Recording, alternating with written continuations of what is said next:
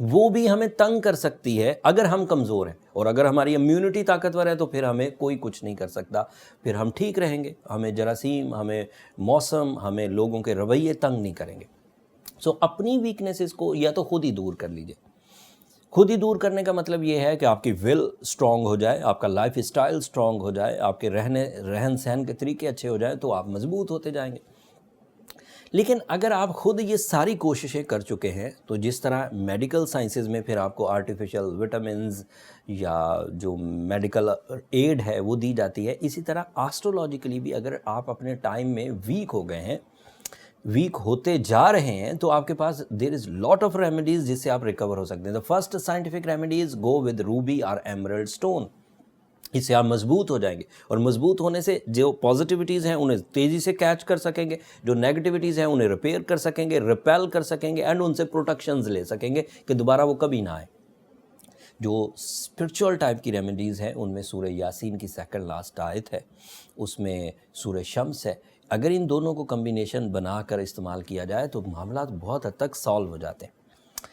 انسالو جو ایشوز ہیں جس میں کمنٹس میں جو ٹورینز اکثر کمپلین کرتے ہیں کہ ان کے رشتے الجھ رہے ہیں، انہوں نے انویسٹمنٹس کی تھی کامیاب نہیں ہو رہے، نیچرلی تو اب فلو اچھا ہوتا جا رہا ہے، لیکن دیٹ مینز اگر وہ پھر بھی کامیاب نہیں ہو رہے تو وہ کوئی زیادہ ویک ہے، جنہیں اب پروفیشنل ایڈ کی ضرورت ہے۔ اب گھریلو ٹوٹکے یا چھوٹی ریمیڈیز شاید انہیں ریکور نہ کریں۔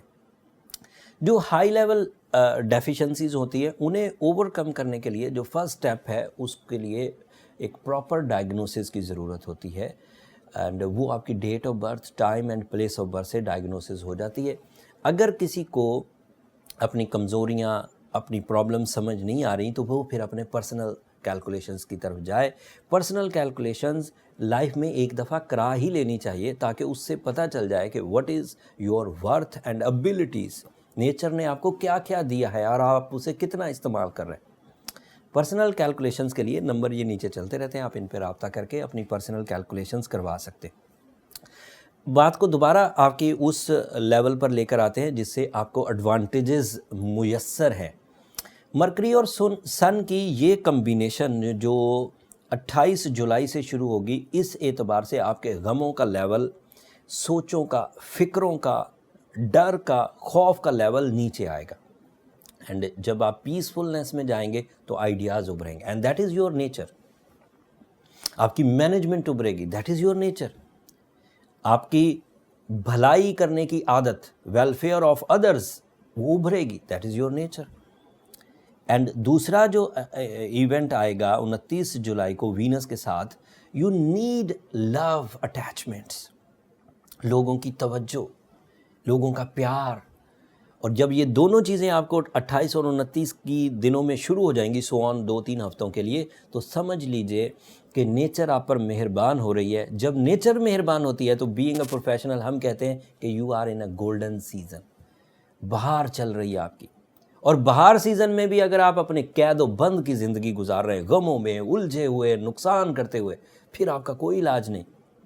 پھر آپ کو اپنے آپ کو سنبھالنا چاہیے، اپنی کمزوریوں کو فورسفلی دور کرنے کی کوشش کرنی چاہیے، اور اس کے لیے میں نے ابھی پچھلے کچھ دنوں سے ریمیڈیز آپ کو بتا رہا ہوں کہ ایمرلڈ اینڈ روبی، سورہ شمس، سورہ یاسین کی سیکنڈ لاسٹ آیت، اسے پرفارم کریے۔ لائٹ کلرز زیادہ پہنیے، ڈارک کلرز کو اوائڈ کریے، یہ آپ کے لیے موزوں ترین ثابت ہوں گے۔ ویڈیو کو زیادہ لمبا نہیں کرتے، اور بہت ساری ایسی چیزیں تھیں جو اس ہفتے مجھے بیان کرنی تھیں، بٹ یہ عید کا دوسرا دن ہے جب ویڈیو آپ تک پہنچے گی، سو اپنی خوشیوں میں ہمیں یاد ضرور رکھیے گا، اپنی توجہ اپنی فیملی کی طرف دیجیے۔ مزید موقع آئیں گے اگلے ہفتے اور تفصیلی ویڈیو بناؤں گا جس سے آپ مزید آسٹرولوجیکل ایونٹس کو کلوزلی سمجھ سکیں گے۔ تب تک کے لیے مجھے اجازت دیجیے۔